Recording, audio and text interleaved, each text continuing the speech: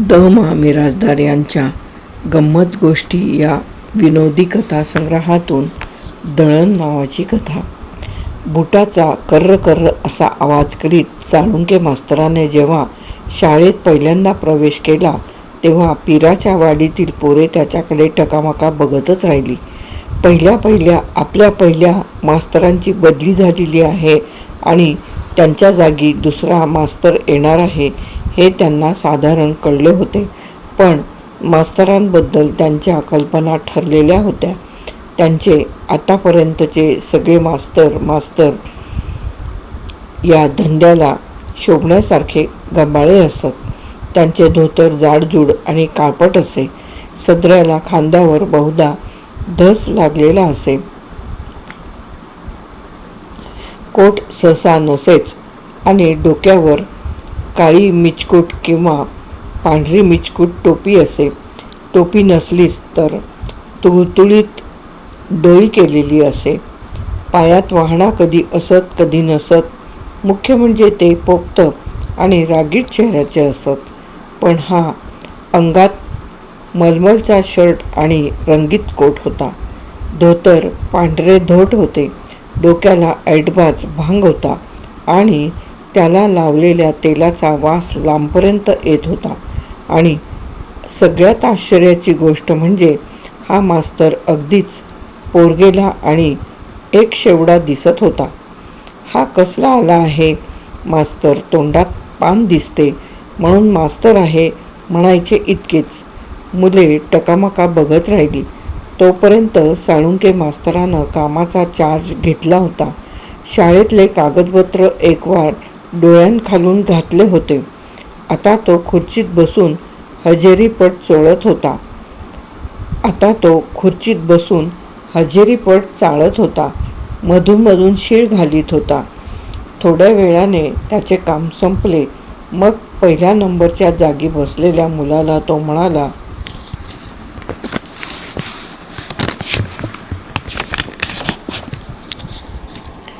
"काय रे ए, तुझं नाव काय?" पहिल्या नंबरचे पोरगे उभे राहिले. त्याने पहिल्यांदा चड्डी वर ओढली, मग दोन्ही हातांची छातीवर घडी घातली. मोठ्यांदा खणखणीत आवाजात सांगितले, "सदाशिव रंगनाथ तेली." "तू?" "गणपत एकनाथ माळी." "तू?" पण तिसऱ्या नंबरचे या भानगडीकडे लक्ष नव्हते. वर आढ्याला पाखरांचा घरटे बांधण्याचा उद्योग चालला होता, तिकडे ते बघत होते. मग मास्तर खेकसला, "ए मरियाईचा गाडा, उठ, नाव सांग." ते पोरगे दचकून उभे राहिले. नाव सांग की म्हसोबा." "दगडू आबा शेटे." सगळ्या मुलांनी नावे सांगितली, पण मधल्या दोन मुली तशाच बसून राहिल्या. तेव्हा मास्तराने पुन्हा पट्टा सोडला. "काय ग ए भवाने, नाव हाय का नाही तुला?" भवानी उठली. लाजत लाजत म्हणाली, "मंजू." "सबंध नाव सांग की सटवाई." "मंजुळा शिवा कोष्टी." "अन तू ग ए टिंगाणे?" "धुर्पदा नाना साळी." सगळ्यांची नावे सांगून झाली, पण सगळे तसेच अवघडून उभे राहिले. मग मास्तर म्हणाला, "बसा खाली." सगळे बसले. मरियाईचा गाडा बसला. म्हसोबा, सटवाई, भवानी, टिंगाणी सगळेच बसले. मास्तरांनी अशा रीतीने पहिल्या झटक्यात पोरांवर दाब ठेवून दिला. मग दिवसभर तो त्यांच्याकडे शोधक दृष्टीने पाहत राहिला. कोपऱ्यात बसलेले एक पोरगे सबंध वर्गात त्याच्या विशेष डोळ्यात भरले.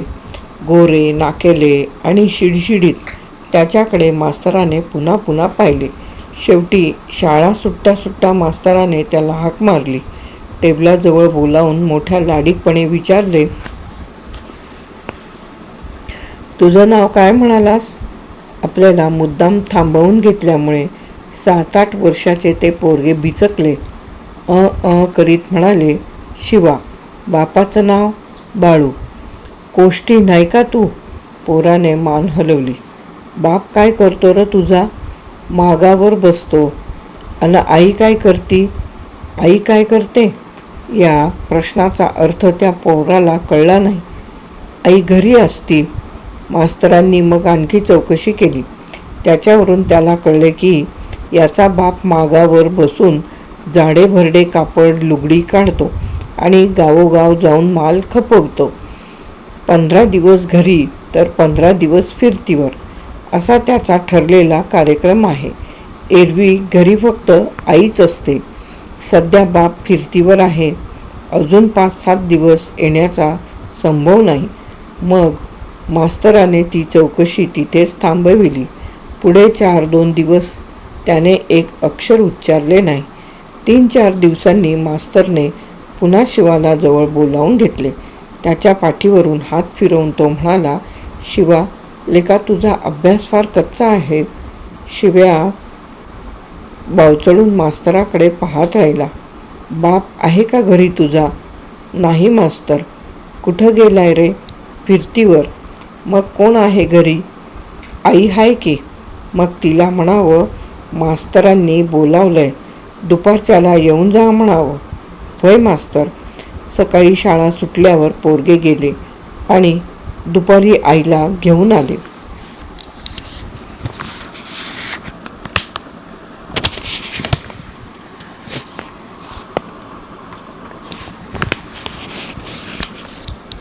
मास्तराने मनाशी बरोबर आडाखा बांधला.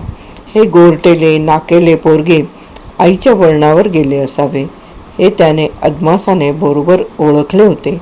म्हणून त्याच्या आईला बघण्याची त्याला फार उत्सुकता लागली होती. तो मनाशी म्हणत होता की माझा अंदाज चुकायचा नाही. या पोराची आई अशीच बरोबर रूपवान असणार, गोरीपान आणि नाकेली असणार. अनायासे बापही घरी नसतोच. हाही मोठा चांगला योग जुळून आला म्हणायचा. तेव्हा नेहमीप्रमाणे हाही बार उडविला पाहिजे. दर गावात जी गोष्ट आपण केली ती याही गावात साधलीच पाहिजे. जर साधली नाही तर गावाचा साळुंखे मास्तरच मी नव्हे. बाई मात्र आपल्या कल्पनेप्रमाणे असायला पाहिजे. हां, तेवढी अट आहे. हा गडी सटरफटर प्रकरणाच्या मागे लागणार नाही.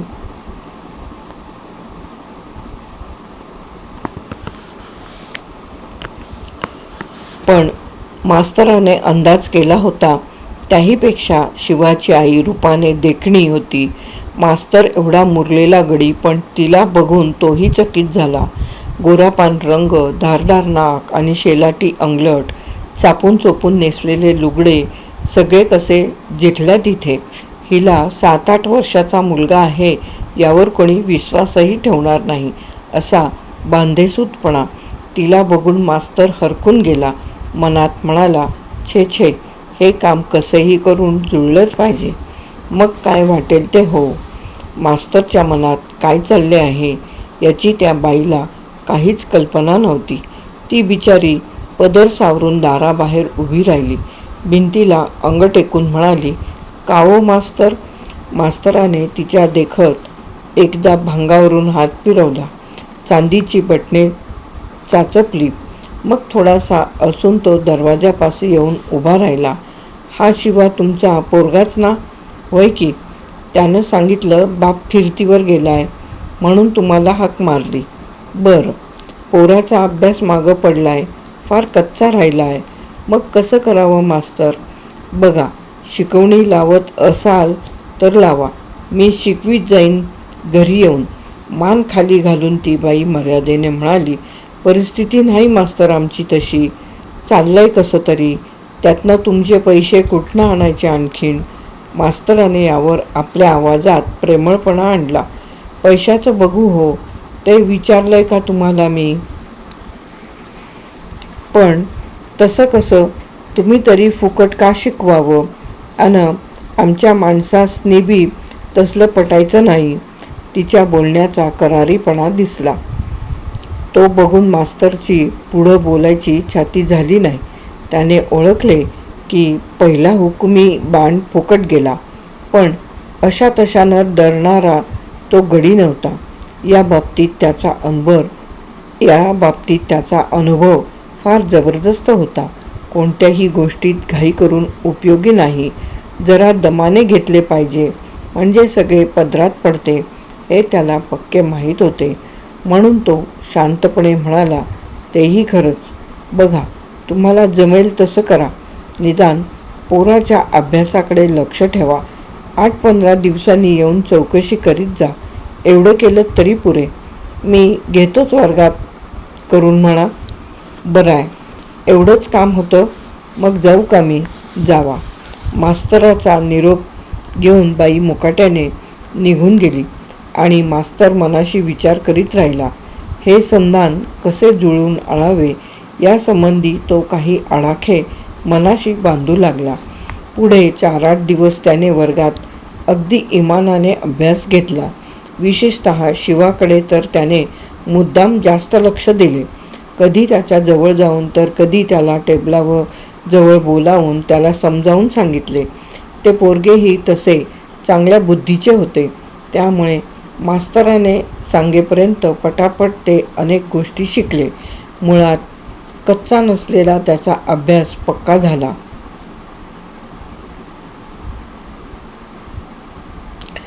कुठे काही फट राहिली नाही. आपण त्याच्याकडे इतके लक्ष पुरवित आहोत हे घरी आईच्या कानावर जाईल अशी व्यवस्था मास्तराने मोठ्या हुशारीने केली. इतके सगळे झाल्यावर त्याने शिवाचा बाप परगावी गेला आहे याची खात्री करून घेतली. मग एके दिवशी त्याने शिवाला विचारले, काय शिवा, बाप कुठं आहे तुझा? शिवा म्हणाला, फिरतीवर गेलाय. आई काय म्हणतीये? शिवाला या प्रश्नाचा अर्थ कळला नाही. नाक पुसत पुसत तो म्हणाला, काय? आई काय म्हणतीये? काही नाही.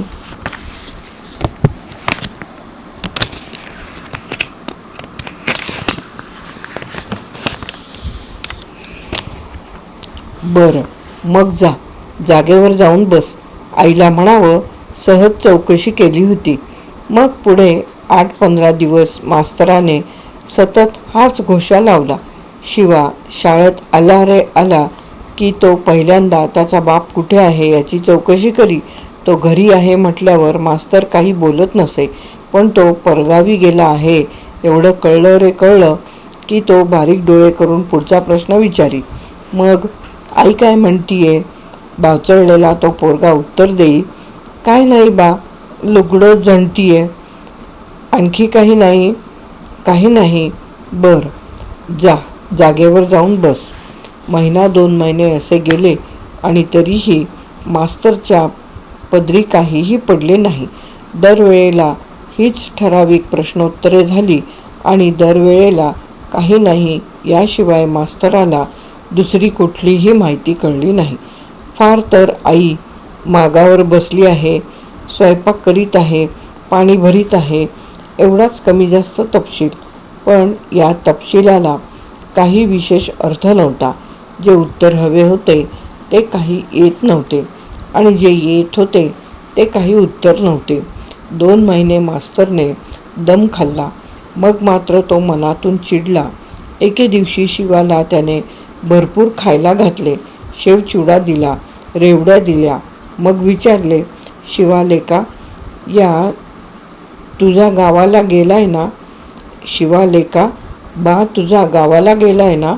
तोंडात 4-5 रेवड्या एकदम टाकून त्या चिघळत शिवा म्हणाला, व्हय, आता परत केव्हा येणार आहे? 4 दिवसांनी. मग आई काय म्हणतीये? काही नाही. मास्तर रागावून बोलला. काही नाही काय? विचार नीट आईला. बरं, अन उद्याच्याला मला सांग. व्हय, नाहीतर चोपीन बघ तुला मरस्तवर. मास्तराने असा दम भरला आणि दुसऱ्या दिवशी खरोखरच मास्तराचे काम झाले. सकाळी शाळा भरल्यावर शिवा आपणहून टेबलाजवळ आला. टेबलावर कोपर टेकवून हळूच म्हणाला, मास्तर. मास्तर त्याची वाटच बघत होता. तो उत्सुकतेने म्हणाला, काय रे? आई म्हणतीये. मास्तराने कान टवकारले. काय काय? आज रातच्याला घरी येऊन जावा. आज? खरं? वय मास्तर. शिवाने सांगितलेला हा निरोप ऐकून मास्तराचे काळीज लटकन उडाले. आनंदाने त्याचा चेहरा खुलला. टेबलाखाली एकसारखा पाय हलवीत तो म्हणाला, बरं बरं, येतो म्हणावं नक्की.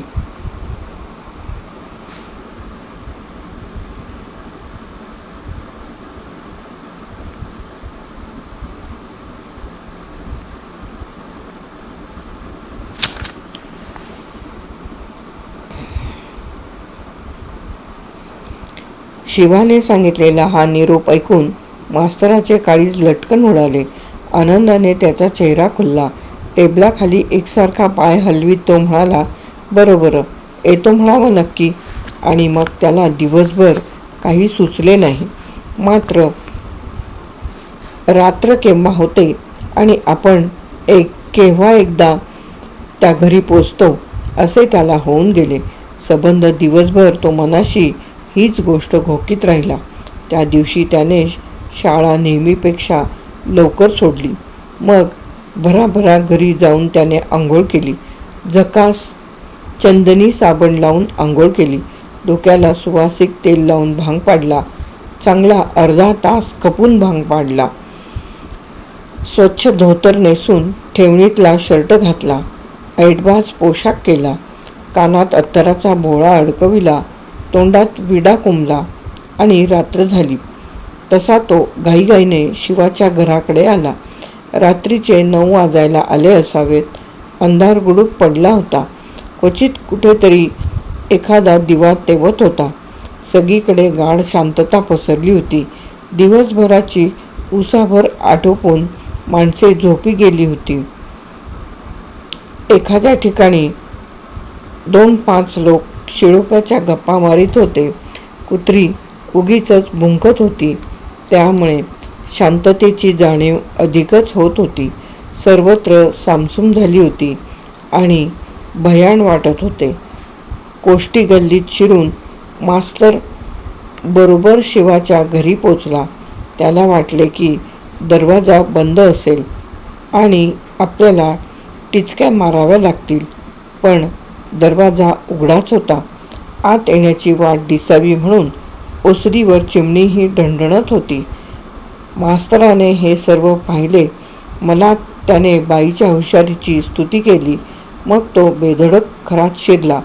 आत शिरल्याबरोबर त्याच्या कानावर हळू आवाजात शब्द आले, दरवाजा घ्या लावून.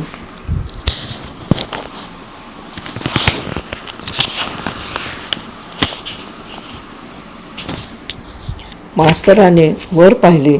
ओसरीच्या कडेला खांबाला टेकून ती बाई बसलेली होती. त्या अंधुक उजेडातही तिचे रूप झगमगत होते. तिच्या शेजारी शिवा झोपी गेलेला होता आणि त्याचे डोके थापटत ती बसून राहिली होती. मास्तरने पाहिले तशी ती हसली. मास्तरही हसला. त्याच्या डोक्यावरचे ओझे उतरले. गेले कित्येक महिने मनात धरलेली गोष्ट आज अखेर जुळून आली म्हणायची. अहो, जुळणारच. एकदा एका गोष्टीच्या मागे लागले म्हणजे त्याचे कांडे पडेपर्यंत माघार घ्यायची नाही. हा आपला स्वभावच आहे आणि अजूनपर्यंत तरी आपल्याला अपयश माहीत नाही. जरा धीराने दमाने सगळ्या गोष्टी घेतल्या म्हणजे चट जमते सगळे. पुरुषाच्या रूपावर कपड्यावर खुश झाली नाही अशी एकही बाई जगात आढळायची नाही. दार लावीत मास्तर घोगऱ्या आवाजात म्हणाला, कडी लावून टाकूया? लावा.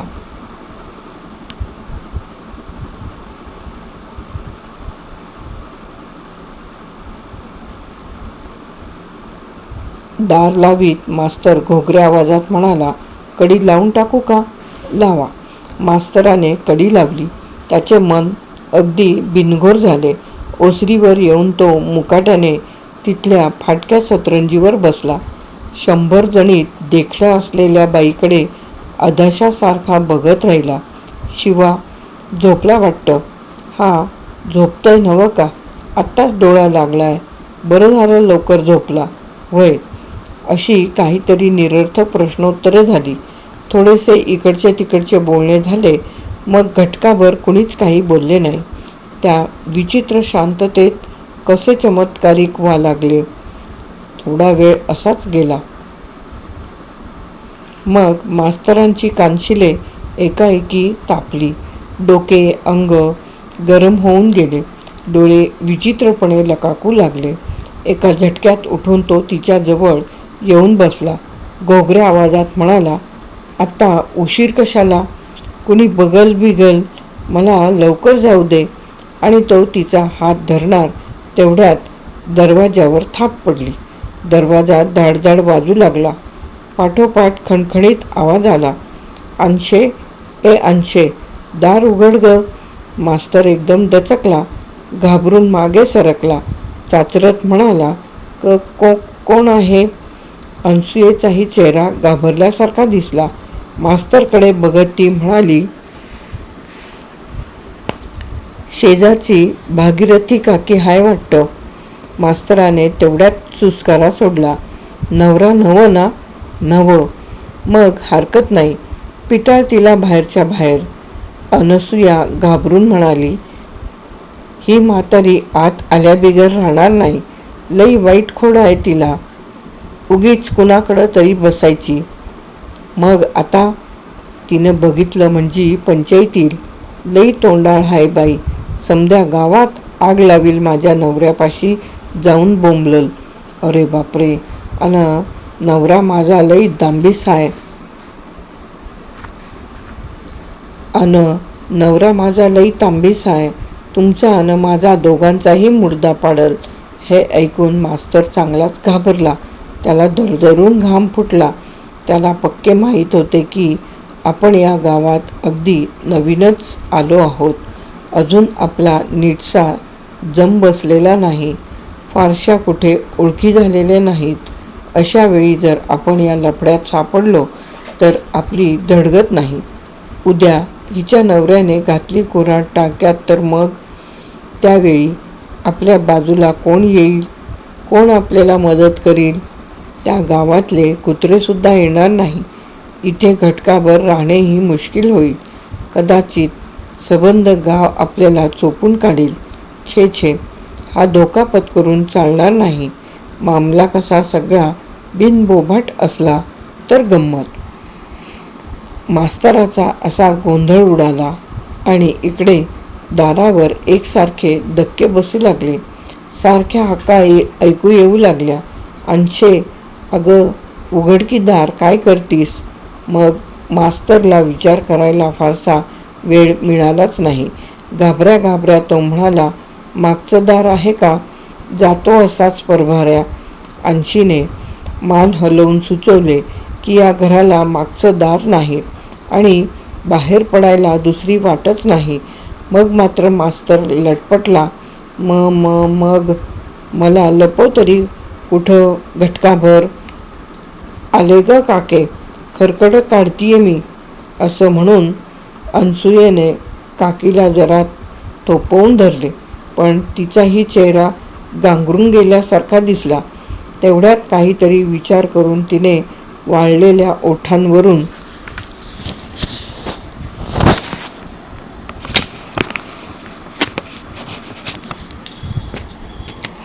जीभ फिरवली. आता लपवायला तरी कुठं जागा आहे?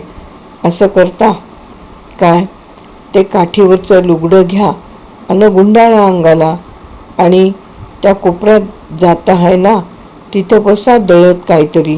म्हणजे म्हातारीला काही कळायचं नाही. आता काय दळू? देते की मी जोंधळे आणून, आटपा लवकर.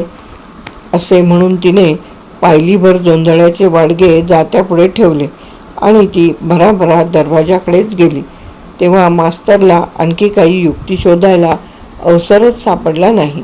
त्याने घाईघाईने काठीवरचे लुगडे खाली ओढले आणि अंगाभोवती गुंडाळले. मग जात्याशी बसून त्याने एक पाय आडवा पसरला, दुसरा गुडघ्यात मुडपला. वाडग्यातले जोंधळे सुपात ओतले.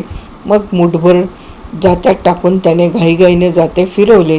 घर्र घर्र घर्र असा जात्याचा आवाज छान ऐकू येऊ लागला. इकडे अंशीने दार उघडले तशी म्हातारी काकी घरात आली. आल्या आल्या खेकसून म्हणाली, अगं ही काय येळ जेवाय खायची अंशे? समध्या गावाची एक झोप झाली अन तुझी अजून खरकटी काढणंच चाललंय काय? मान खाली घालून आणशी म्हणाली, आज जरा येळ झाला, बसा की काकी. मग दोघीही ओसरीच्या कडेला बसल्या. म्हातारी खांबाच्या तळखड्याला टेकून आरामशीर बसली. नाकात तपकीर कोंबत राहिली. आणशी एकदा म्हातारीकडे एकदा कोपऱ्यातल्या जात्याकडे बघू लागली. तिचा चेहरा ओढलेला आहे हे स्पष्ट दिसू लागले. दोघीही थोडा वेळ गप्प राहिल्या. नुसत्या जात्याचाच आवाज ऐकू येऊ लागला. थोड्या वेळाने आणशी म्हणाली, का हलतीस ग काके? म्हातारी खोकत खोकत म्हणाली, अगं मला झोपच येईना मगा धरणं. म्हटलं तू बी एकलीच असशील, बसावं घटकाभर बोलत, तुला बी सोबत होईल. एकली का बरं? शिवा आहेच की. अगं ते पोरगं, त्याची कसली आली सोबत? पुन्हा कुणी काही बोलले नाही. काही वेळ शांतता पसरली. जात्याचा आवाज तेवढा एकसारखा येऊ लागला. म्हातारीचे एकाएकी तिकडे लक्ष गेले. मान हलवून तिने मोठ्या आवाजात विचारले, आज दळण काढलंस काय ग? होय. म्हातारीने मग जात्याशी बसलेल्या बाईकडे निरखून पाहिले. डोळे मिचमिच करीत पाहिले. ही कुठली बाई आणलीस ग? जाते ओढता ओढता मास्तर डोळ्यांच्या कोपऱ्यातून मधून मधून बघत होता. ही पिढा केव्हा एकदा जाते याची वाट पाहत होता. त्याचे काळीज धडधडत होते. म्हातारीचा हा प्रश्न ऐकल्यावर त्याला दरदरून घाम सुटला. आता ही थेरडी आपल्याला काही न विचारू म्हणजे मिळवली. पण अनसूया मोठी हुशार दिसली. चटदिशी ती म्हणाली, हाय वस्तीवरली तिकडच्या, ती कशी काय आणलीस? गरीब हाय बिचारी, पुन्हा मुकी हाय, म्हणून म्या सांगितलं की पीठ दळून दे माझं, काहीतरी देईन तुला. बाई मुकी आहे म्हणून सांगून तिने मोठा धूर्तपणा दाखवला असे मास्तरला वाटले. त्याचा जीव खाली पडला. पण तेवढ्यात म्हातारी कडाडली, काय गरिबीला पेटवायचंय? अगं दळायला तरी येतंय का तिला? बघ नीट. नवीन आहे सवय नाही. काय नवीन आहे? शेण सारवल्यासारखा हात फिरवती नुसता. कसा गरा गरा गरा हात फिरला पाहिजे? हे ऐकल्यावर जाते जोरजोराने फिरू लागले. हाताची गती बघता बघता वाढली. जोंधळे भराभरा जात्यात गडप होऊ लागले. बारीक पांढरे शुभ्र पीठ चोहोबाजूंनी बाहेर पसरू लागले. मग म्हातारी खुश झाली. बोलली, असा हात राहिला पाहिजे कायम. आणशी म्हणाली, नाही, तशी बाई आहे कामाची. मग हरकत नाही का मी दाखवू एकदा तिला? नको नको असे म्हणून उठू लागलेल्या म्हातारीला तिने मोठ्या शिकस्तीने खाली बसवले. दुसऱ्याच काही गोष्टी काढून गुंतवले. म्हातारीने मग तपकिरीचा आणखी एक बार ओढला. गालावर हाताचा मुटका टेकून ती उगीच बसून राहिली.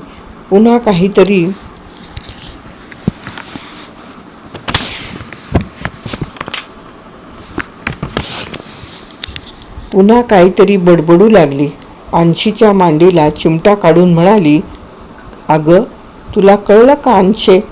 काय सरीची गंमत का? काय झालं?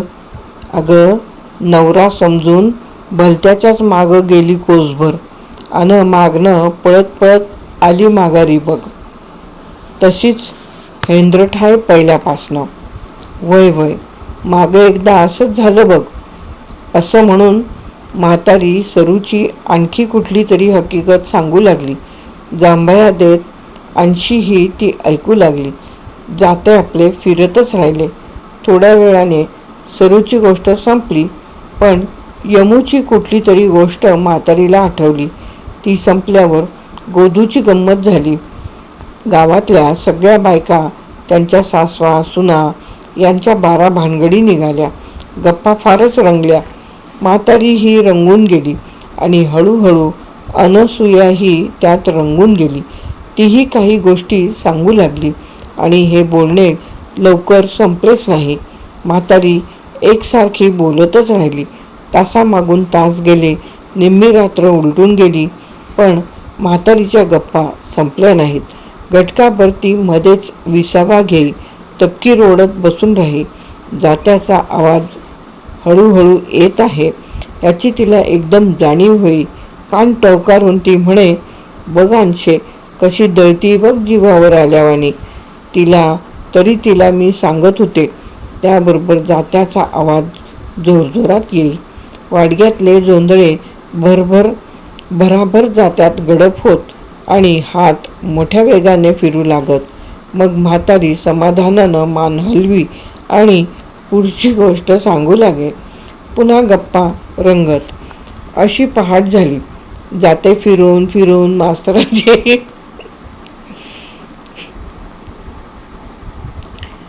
अशी पहाट झाली. जाते फिरून फिरून मास्तराचे हात मोडायची पाळी आली. छाती भरून येऊन दमछाक झाली. डोळे पांढरे झाले. अतिश्रमाने भोंड येऊन आपण पडतो की काय असे त्याला वाटू लागले. पण त्या चेंगट म्हातारीचे बोलणे संपता संपेना. अखेर शेवटी पहाट होऊन फटफटायची वेळ झाली. चांदण्या विझू लागल्या. गार वारे वाहू लागले. इकडे वाडग्यातले पायलीभर जोंधळेही सगळे संपले. त्याच वेळी म्हातारी उठली. दोन्ही हातांनी बोईला रेटा देऊन उठली. जाते ग बाई अंशे, लई उशीर झाला, पडते घटकाभर जरा, असे म्हणून ती तरातरा निघून गेली. मास्तराने मोठा सुस्कारा सोडला. मग अनसूया उठली. मास्तर जवळ येऊन हळूच बोलली, गेली थेरडी, उठा आता जात्यावरनं. पण मास्तराची हाडं इतकी बेदम दुखत होती की मनात येऊनही त्याला उठता येईना. धडपड करीत 8 ठिकाणी वाकडा होत तो कसाबसा उठून उभा राहिला. त्याच्या डोळ्यांसमोर अंधेरी येऊ लागली. यांत्रिकपणे तो एक पाऊल टाकीत दरवाजाकडे निघाला. तो निघाला हे पाहून अन्शीने विचारले, का निघाला? बसा की जरा. नको, मी आधी घराकडे जातो. चहा बी नको, आता उजाडलं, उगे कोणी बघितलं म्हणजे. मास्तर एवढेच बोलला.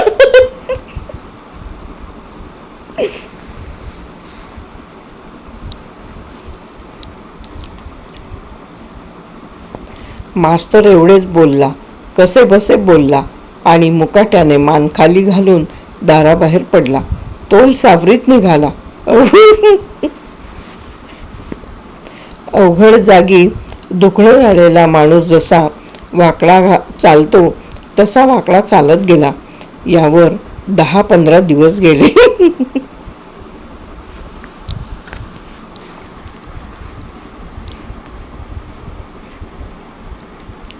यावर 10-15 दिवस गेले. पहिले 4-8 दिवस मास्तर अंथरुणावरच होता. मग तो हळूहळू शाळेत येऊ लागला. पण कुणाशी एक अक्षरही बोलला नाही. मुकाट्याने शाळेत आला नि गेला.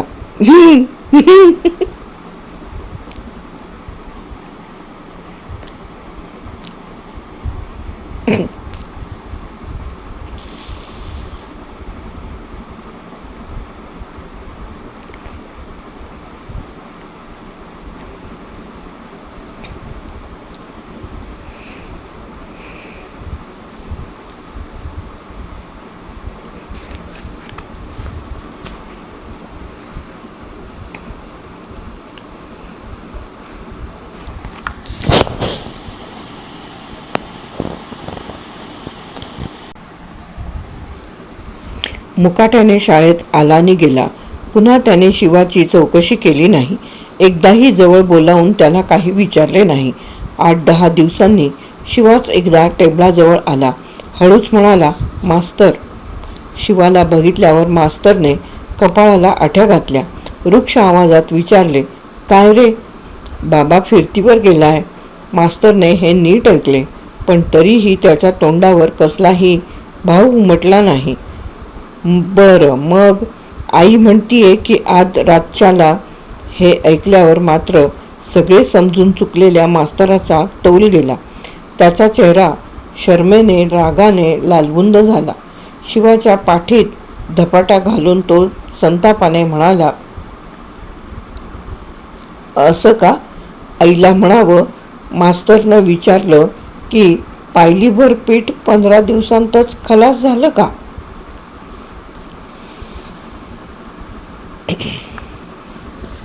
द मा मिरासदार यांची दळण नावाची कथा इथे समाप्त. गंमत गोष्टी द मा मिरासदार.